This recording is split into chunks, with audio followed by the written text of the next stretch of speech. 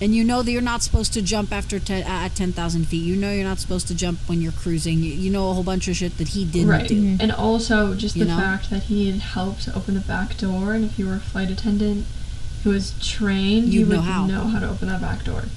So, and you would know about the vacuum, and you would know all this stuff. Yeah, you know about the pressuring, yeah.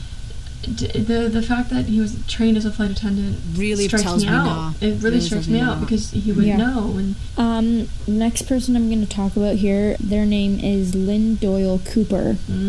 So Lynn Doyle Cooper and his brother Dewey Max Cooper.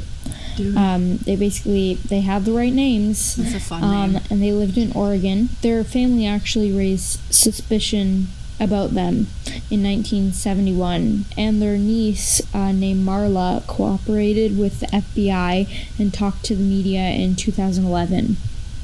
She remembers citing memories from when she was 8 years old, and she recalled her uncles planning something suspicious just before Thanksgiving 1971 at her grandmother's house. The two used walkie-talkies and left supposedly to go turkey hunting, she said. On Thanksgiving morning, Lynn Doyle Cooper, known to the family as LD, returned to the home bloody and bruised, claiming he had been involved in a car accident. Marla Cooper, who lived in Spokane at the time, said that she overheard LD Cooper say, "We did it, our money problems are over, we hijacked an airplane." Soon afterward, the FBI compared the DNA sample they had of the hijacker with that of LD Cooper's daughter, because he had already passed away, and there was no match. And so they dismissed him as a suspect. DNA is one damning thing. Because this is also the thing. It's DNA, but this is also DNA from, like, the 70s. I mean, DNA is DNA. DNA is DNA, don't get me wrong. But it's like, they probably had half of a hair and barely knew how to examine it. Very sure. I trust it, don't get me wrong. But it's like, if a lot of other ththings add up, I would say look into it. Yeah, and I mean, if you look back on a lot of the older cases, DNA was not handled the best. Oh my! It was mishandled a lot. And who knows, if DB Cooper was wearing gloves and stuff, his DNA possibly could have not even been on the tie, and a flight attendant picked it up or whatever. I mean, I'm guessing they test for that. The tie doesn't worry me too much. If they're gonna find any kind of DNA, it's not gonna be a fingerprint for sure. It might be dead skin cells. It might be like I said, like, if this guy was biologically, hormonally male, then, like, he grew beard hair or something, a beard hair might be stuck on there. Like, you know what I mean? Yeah. It also it brings up that two-person theory. How did the brother know where to meet him? How did he know where to go? How did he know where he was? Like we said, there's no way anyone could have possibly known. Well, it's interesting that you bring up the point about, the beard hair and stuff. Predominantly assuming that he was a male. I say this like I try my absolute best with being inclusive. Medically and forensically, it's hard to do that because there's a very deeply ingrained binary in the medical and forensic field. Things like biological or like at birth, hormonal, like things like that. Like someone who can produce a beard hair could have left one behind. You know what I mean? Real quick, just to touch on the latter. And the fact that it was Thanksgiving morning, and they were planning it close to Thanksgiving, so this wasn't a long thought out. Granted, if it was these two, which it might not have even been, but not a long thought out process, not a long time to determine what's the best place to jump from, the altitude of jumping, things like that. So these two are probably my favorite so far, but like I say that. I don't think it could have been. It very well could have been this brother. I don't think it was a tag team effort because, as I said, there's literally no possible way he could have picked a place to land. Do you know what I mean? Plus, the one thing I find interesting is that they claim they got in a car accident. But he was the only one. There was only one brother with bruises and marks, and where was the car? Very true. Well, I mean, if it was a car accident, maybe the car was just totaled and they couldn't drive it back, so no one knows where the car went. But I don't know if the same kind of the bones you'd break, the bruises you'd get out of a car accident might not necessarily be the same as like they're not going to be the same as falling out of the sky. Very different. Vastly different. Very different. You know? Yeah. it's possible. I don't know if I believe it, but it's possible. Like I said, these guys are my favorite, but like lacklusterly. I'll move on to the next person here. Her name is Barbara Dayton. She actually underwent gender reassignment surgery in 1969 and changed her name from Robert. She later explained to friends how she pulled off the hijacking by disguising herself as a man and then escaping scrutiny afterwards as a woman. She died in 2002. Her friends published The Legend of D.B. Cooper, Death by Natural Causes, revealing what Dayton had told them years before.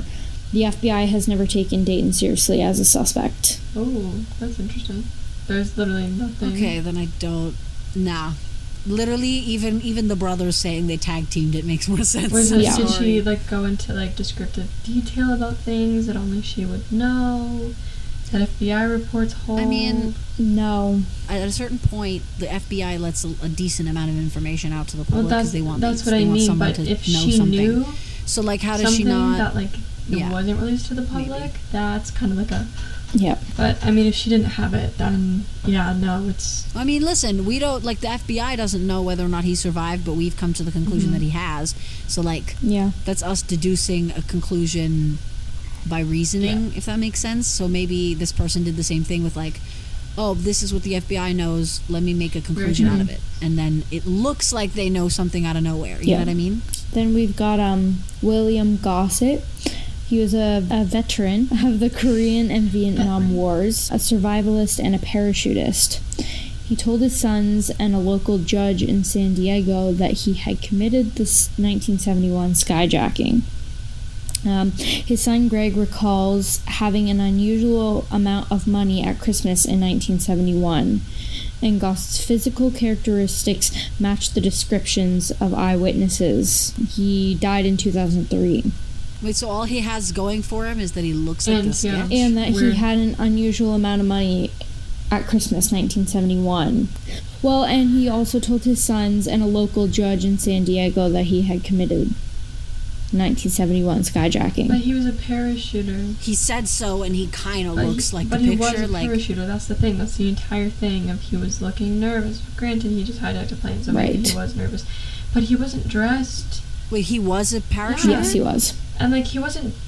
So then he'd know how to jump off a plane. Properly, and he would probably know which kind of parachute to ask for, the kind you can and steer. He would requested. Like, he would know a lot of shit that this guy didn't know. Yeah, somebody named Galen Cook, who had been investigating the Cooper case on his own for years, decided that Gossett was most likely D.B. Cooper. Cook said that he had provided Gossett's fingerprints and DNA to the FBI, but the agency said there is no evidence to link Gossett with the case. Yeah. So there we go. Again, with the DNA. I hate cases where it's like you have such little evidence. Like, there are so many broad suspects, but, like, you can just tell by, like, that it just isn't it. Like, no wonder these go unsolved for so long. You know what I mean? Like, what is this, 40-something years? This guy genuinely does not strike me as it for one main reason. He knew how to parachute. Yep. And unless he's an Academy Award-winning actor, no, there's no way he faked that. Next person is Robert Richard Lepsey. Richards. In 1969, he was working as a grocery store manager in Grayling, Michigan, when he mysteriously disappeared. He left work for lunch and was never seen again. Lepsey's car was found a few days later at an airport, unlocked with keys in the ignition. An investigation revealed some money was missing from the store, and a man who caught a flight to Mexico. While researching the case, Wait, he caught a flight that was purposely going to Mexico? I think so. Oh, then no. So then I feel like that can't be it. He diverted the path on purpose. Because he didn't want to go through customs. It wasn't... Right. Literally all linking this guy to the case is the fact that he looked similar to the deposit sketch and that his car was found at an airport unlocked. Do we know what airport? Okay. I don't. So this could be a stupid person who looks like this sketch is so like generic that it literally could be anyone. This guy is just an idiot who forgot his car unlocked and tried to rob a store. This next guy is interesting, and I'll leave you with this question before I start talking about it. Is he a copycat, or is he D.B. Cooper going back at it for a second round? His name is Richard McCoy, and he was God, with another guys drinking game version of this episode.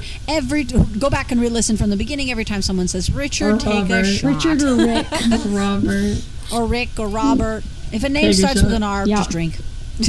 So we got Richard McCoy here.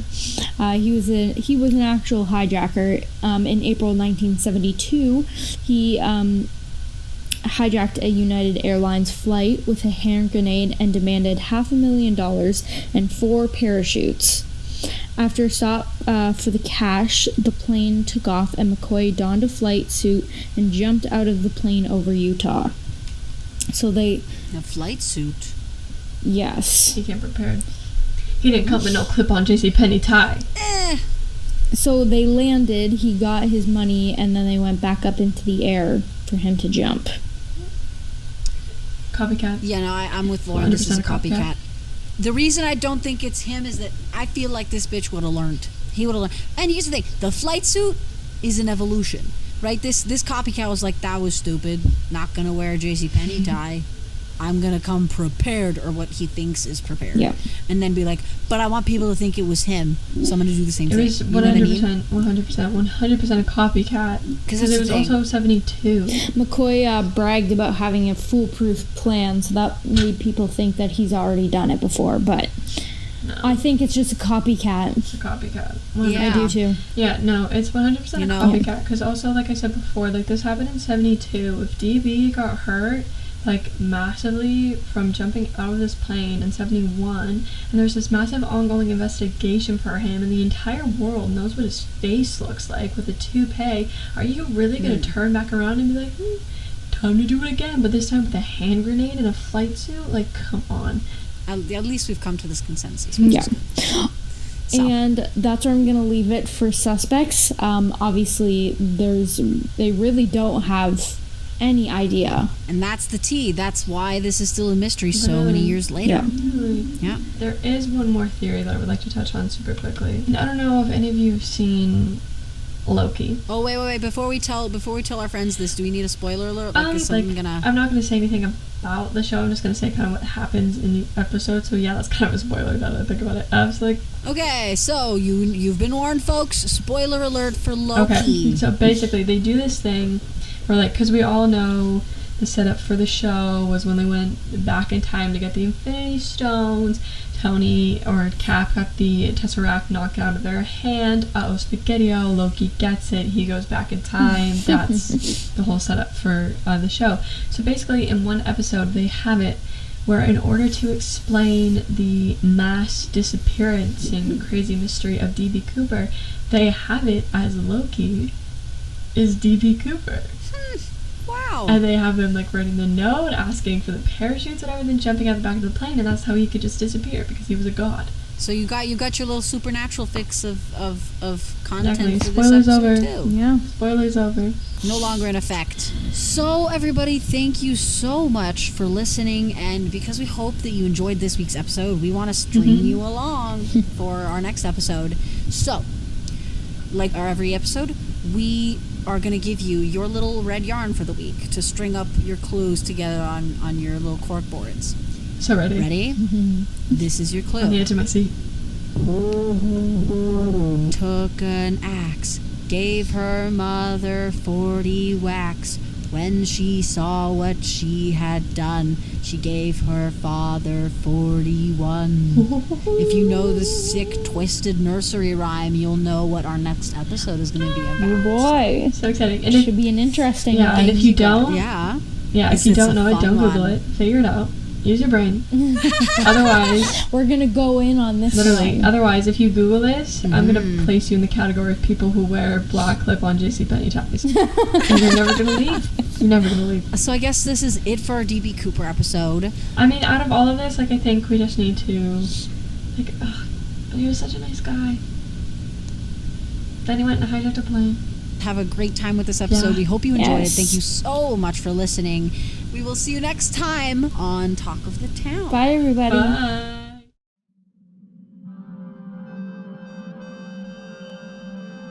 of the Town is a Partners in Crime production. Script written by Amelia Carpinetta-Gall, Jessica Chalmers, and Lauren Troy. Sound editing and mixing by Amelia Carpinetta-Gall. This episode was researched and hosted by Lauren Troy, yours truly. Content referenced courtesy of The Mystery of D.B. Cooper, directed by John Dower, a Minnow Films production, released November 25th, 2020, streamed courtesy of HBOMax.